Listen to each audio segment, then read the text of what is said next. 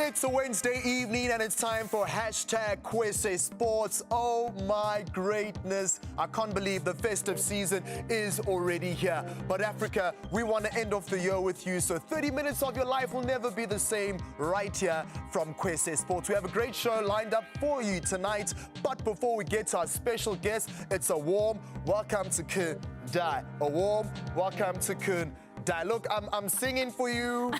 I'm like doing the whole thing. I like that because you not always complain when you're like, oh, warm welcome to Kundana. I'm like, that welcome isn't even warm though. But what's up? It is hashtag, it is a Wednesday. It is festive season. So happy to be here. Now remember, you can join the conversation using hashtag Kwese Sports and you can follow us on all of our social media platforms. We would love to hear from you. All right, yes, you can like us on Facebook, you can send us a tweet on Twitter, visit us on Instagram, and don't forget www.kweseespn.com. It's all about you, Africa, and definitely we want to hear your opinion on the show. It always matters. You are the most valuable person on the show. All right, so the sporting year is almost coming to an end, and in studio to review his year that was none other than the very entertaining Nigerian brother, commentator, everything you want to do in like... Jesus, did you hear how I introduced the man? Did you hear how I introduced him? No, wait, I want to dance. If Kunda can get a dance, I can get like a you want to dance? I want something. No, like, you don't get to get a dance. Why not? No, because I'm special. Oh, okay, wow, guys, like... can you make up your mind? What must happen? Give him a small dance. Give him a small dance. I want a little something, hand movement, something. Small dance. Give him a small dance. Okay. And then we can get the show going. Here it goes. Hey. Anyway, hello, Ade. Now I feel kind of important. Dude, it's so good to see you, man. It's good to be back. You know I love this show. Yes. And I can't wait. We're talking about my top sporting moments. So yes. Don't be critical with it. Can you say live on the show that this is your favorite show on Kwese? Please. I don't know if I can do that. Please. Why? Because my boxing show is my favorite show. Oh, wow. I mean, come on. Oh, wow. Okay, we'll leave that to And you. Kundai, do you think Ade's voice is sexy? No, I don't. I think your voice is very sexy.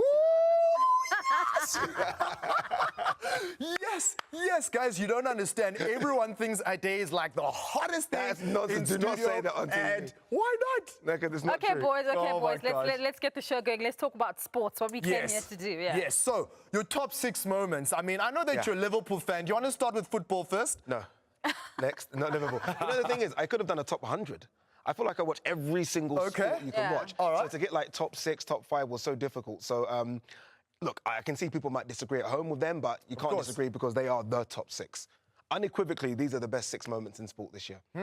Best 6 moments in sports this year. Before we even jump into what's on the list, what are some of, the great moments that happened this year that you're hoping, is on his list and has really caught the attention of many fans across the world, Kundai? Or I'm thinking this has to be on his list, it's on everyone's list. My girl, the greatest, Serena Williams. Is she on your list? She might be. She might be? She might be. I might have squeezed in Serena somewhere. She might be on the list. Okay. She has to be on the list. She has to be on the list. All right, let's start with number 1. So it has to be Serena Williams. It has to be Serena Williams. All right. I mean, she had a baby in September. Yes. That should really just end the conversation. She has to have a baby, she has to take some time out, relax. And it wasn't even just a normal pregnancy, it was complications as well. Yeah. And then 2018, she got to 2 finals. Wimbledon final, US Open final. She didn't win neither, but regardless, she got to 2 finals after having a baby 9 months prior. It's ridiculous. Nothing taken away from what she did, but Steph Regaf's record, Kundai, is also something we have to bring to the conversation, surely. Yeah. No, absolutely. I think that there's a lot of female athletes that have babies, obviously not as big as Serena, and she's obviously, put it into the spotlight, but like he is saying, like, she has to be commended. She's been amazing. I think just not only her tennis career, but brand Serena has just been dominating this year. Yeah. So we definitely have to make mention of that. She's just been amazing. She's been on covers of magazines. She's been doing some reality shows. Her personal brand, her clothing, everything. I mean, yeah, she's bigger than tennis right now. Of course, she also came under the spotlight for her dress sense, and that caused a lot of stirs, across the world. Just your thoughts, Kundai, from a woman's perspective on how women are constantly just put under this same kind of pressure, week in, week out. Yeah. No, I think it's a testament to her her personality. You know, she is just this big personality, and I think she wants to show it a little bit on the court. And of course, it's very controversial because they're very traditional about the way that, you know, they dress. But I think she looked amazing. Like, Serena can do no wrong in my eyes. She's amazing. Can she do any wrong in your eyes, Ade? She crosses the line sometimes. She kind of flirts with wanting to win, which I love. I love the fact that she's a winner and she wants to win. Yeah. And I think she can go over the top sometimes. We've seen it a few times now, especially in the US Open. It seems like that's the Open that really gets her annoyed and angry. She's done it a couple of times when she's threatened to ram a tennis ball down the... I remember it was the line judges Yeah. were getting a call wrong. She's threatened the umpire sometimes. And I feel that she just crosses the boundary just sometimes. But I can understand where it's the thin line between wanting to win and having that aggression and also being respectful of your other players and umpires as well. So that's the only way I think she maybe crosses the line a little bit. Well, but wait, I want to, like, you have someone like Nick Kyrgios who is constantly, like, Yes. in the news for just bad behavior. Yeah. And there seems to sort of be, you know, like, oh, that's Nick Kyrgios, that's how he is, that's who he is. But And when it's he's young. Serena, yeah, and he's young, and sort of, but when Serena does it, because she's obviously very passionate about tennis, why is it such a big deal? I think it's almost like, Serena's almost like Roger Federer, right? She's the face of female tennis. She's the face of tennis, really, with Roger Federer. So I kind of feel like when you're that high up, spotlight's more on you. Nick Kyrgios is a top 20 player. He's never won a Grand Slam. I mean, he's not going to do much in his tennis career, I don't think. But he's still in the eye of the public, though, Ade. He might not be as big as Serena Williams. And I think that's also been the highlight of many star players in different respective sports codes throughout the year. Some in the NBA, some in football, some in athletics, some as well in rugby. So when do we say enough is enough? We can't keep on saying that there's a fine line between wanting to win and your popularity giving you reason to be destructive. I think that's why we love them, right? That's why we love them, their individuality. We don't want them to be like robots and all say the right thing here and do this and be media trained. I love the fact that Serena speaks out the way she wants to speak out, and I don't ever want it to change. I don't ever want to change. Yes, we might have to pull the reins in a little bit, but we love Serena because of everything she does. And we have to encompass all of Serena and not just little bits and try and pick out the good or the bad. Oh, I love that. I swear, he sounds like the spokesperson of Serena Williams. I don't know if they've got some contract there. Trying to cash those checks. All those checks. Trying to cash those checks. Indeed. Well, moving on from tennis, you're also passionate about motorsports. Did anything in the motorsports world get your attention, grab it this year? Lewis Hamilton. Ooh. I mean, can we put a bit of respect on Lewis Hamilton's name? He's not yet Michael Schumacher. He's not yet won 7 titles. He's not, but he's won 5. I almost feel like it's almost been taken for granted. Like, it's easy to win 5 Formula Ones. It so isn't easy. And this guy's won 5 Formula Ones, and I feel like we're not even putting him in the mention with Michael Schumacher. And we have to start mentioning him in the same kind of breath as Michael Schumacher. I don't know what it is. I think You said put some respect on his name. Why do you think Lewis Hamilton doesn't get as much props as he deserves? Because this guy is amazing, but somehow there's always something, like not so much love for him. Why? I think it's because he's just not Formula One. He's more than Formula One. We spoke about Serena Williams being a bit more than tennis. Yes. Lewis Hamilton does so much more outside of Formula One. Yes. Whereas I think in yesteryear, when you think of sort of Ayrton Senna, Prost, Schumacher, they were literally just pure Formula One. Yeah. Lewis Hamilton seems to cross so many different boundaries. And I almost feel like the big wigs at Formula One and maybe the traditional Formula One fans just don't like it. Let me stir up something that might just get me into trouble with motorsports fans. Did Lewis Hamilton possibly retire Nico Rosberg? Could his retirement not have been based on Lewis Hamilton and that relationship not being able to work out? Because just as Kandai said, great personality, great person, but so much centered around him is not always in a positive light. Yeah, those two are completely polar opposites. Completely polar opposites. What I would have preferred Nico Rosberg to do rather than retire, go and find another car. Go and find another car, Ferrari, for example, and him and Lewis Hamilton just go back and forth for years, almost like Prost versus Senna or Schumacher versus Coulthard. That would have been fantastic for the sport. I actually think Rosberg's going to come back as well. I think he's too young to retire, and I think give him a couple of years, he'll be back. Yeah. Wow. All right, well, I can't wait to see Nico Rosberg back. So interesting to be talking about this in the world of Formula One. One thing, though, is Lewis Hamilton going to call himself the best if he goes past Michael Schumacher's record? Or is he going to pull one like Nico Rosberg and just say, like, hey, I've won enough, and I think next year might be my final year? I think even if he does win 2 more, I don't think he'll consider himself the best. And I don't think we'll give him that tag as the best as well. I mean, I grew up watching Formula One in the 90s, and they were just race after race after top driver after top driver. And unfortunately for Lewis Hamilton, he just doesn't have drivers to compete with him. It literally is now down to, I think, 80% car, 20% driver, whereas I think in the 90s it was 50-50. So I think even if he does break the record, even if he goes on to win 9 or 10, I think Schumacher will still be the man. He just will be.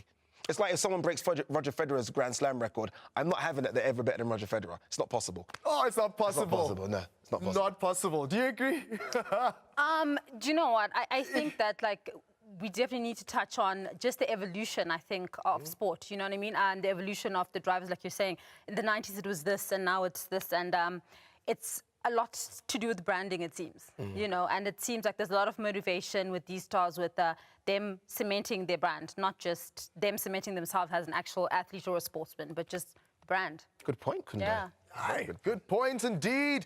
Wonder if you're loving this at home. I definitely know you are. Get in touch with us. Coming up, more from Ade and his sporting best from 2018. But first, we hear from Zimbabwe's Bongani Zamchika, a.k.a. Zam, for his take on the 2018 year.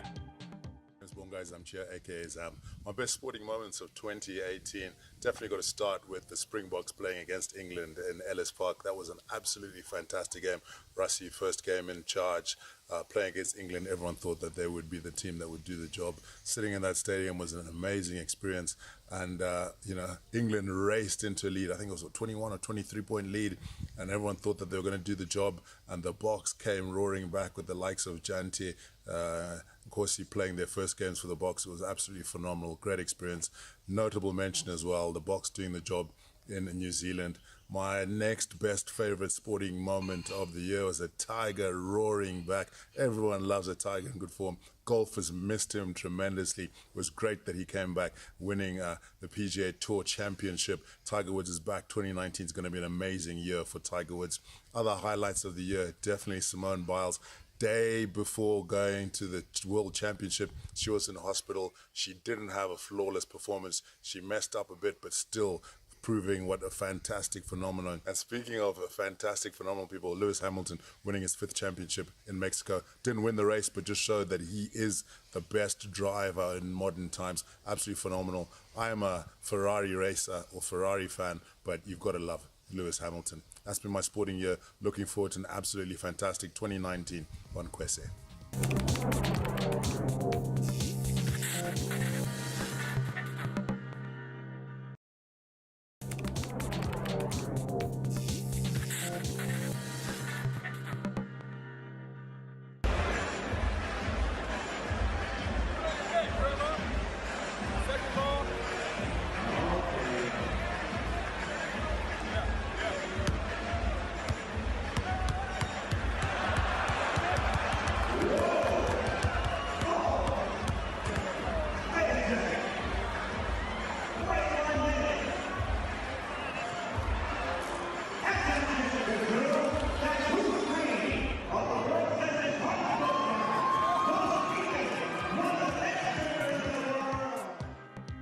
Nana has got some skills. I mean, some good ball skills, Ade. I don't think you can beat that. Damn, I wouldn't even try. I wouldn't even know where to start.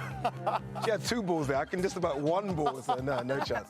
No chance. Lovely, lovely. Oh, loving my time here with Ade and Kandaya on the hashtag couch. Get in touch with us on social media. You know we're enjoying it.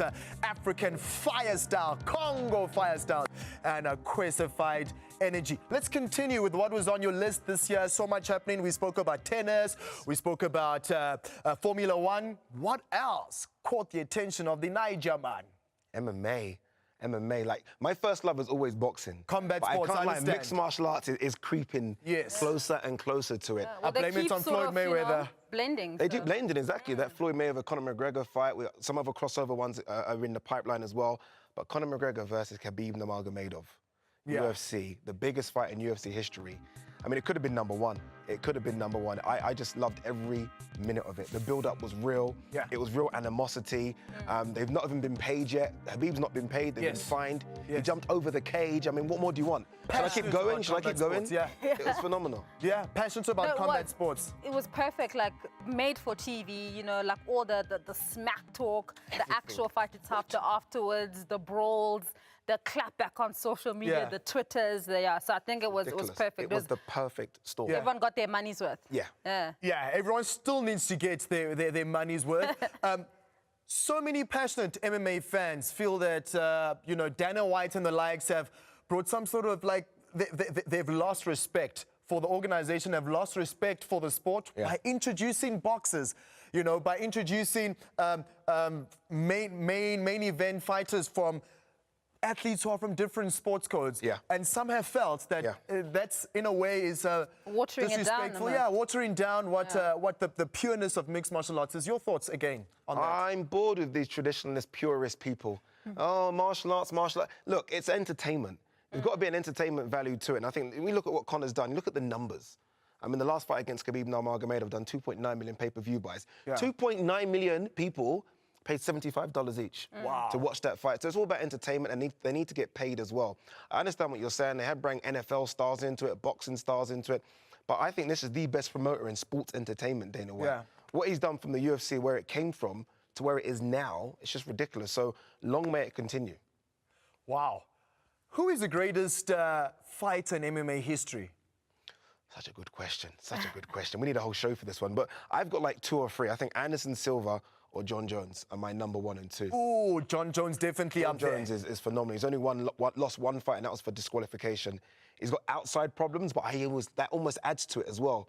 But Anderson Silva as well, the spider, a bit special. How about as well. Shamrock, the likes of the forefathers of mixed martial arts, when it was still in the 90s on the rise? Surely they need to be on that list. Yeah, I've got to mention the likes of Chuck Liddell, Ken Shamrock, yes. Tito Ortiz, Randy Couture. Those guys were almost at the beginning, but at the beginning, the guys weren't as good. It was almost like wrestler versus boxer and wrestler versus sumo. It wasn't as pure as it is now. And I think what John Jones has done the last 5 years has just been remarkable. What's next for Conor McGregor?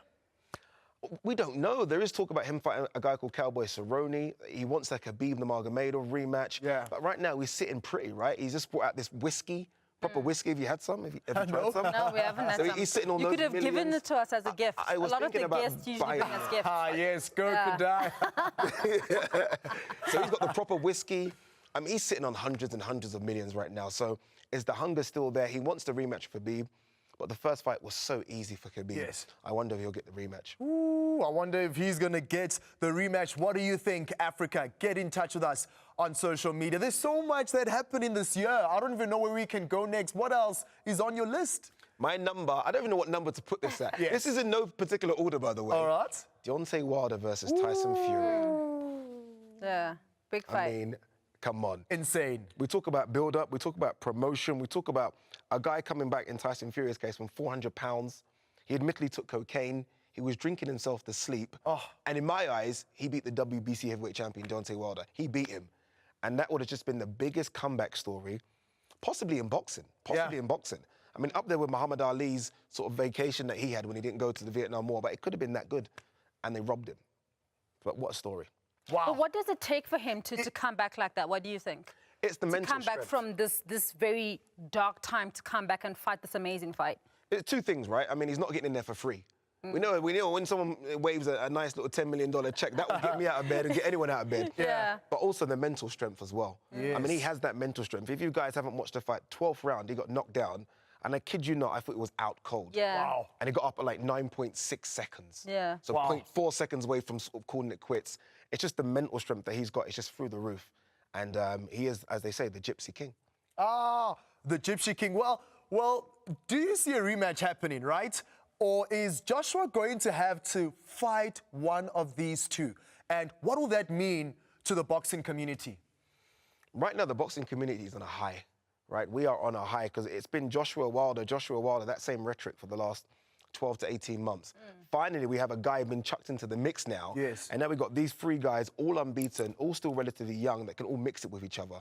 So I don't know if there'll be a rematch between Wilder and Fury. They mentioned it, but I'm not sure if it's going to happen. What I do know, from a UK standpoint anyway, Joshua Fury in the UK, Any day. any day. It will sell out a stadium in seconds. Yeah. Like, you couldn't get a ticket. It'd be that ridiculous. Yeah, he's earned so much respect, Fury, since his fight. He has. He's earned a lot of respect just because of where he's come from and the performance he put on. Right now, everyone back home, or even in Africa, really, is asking for, okay, let's see Joshua Fury.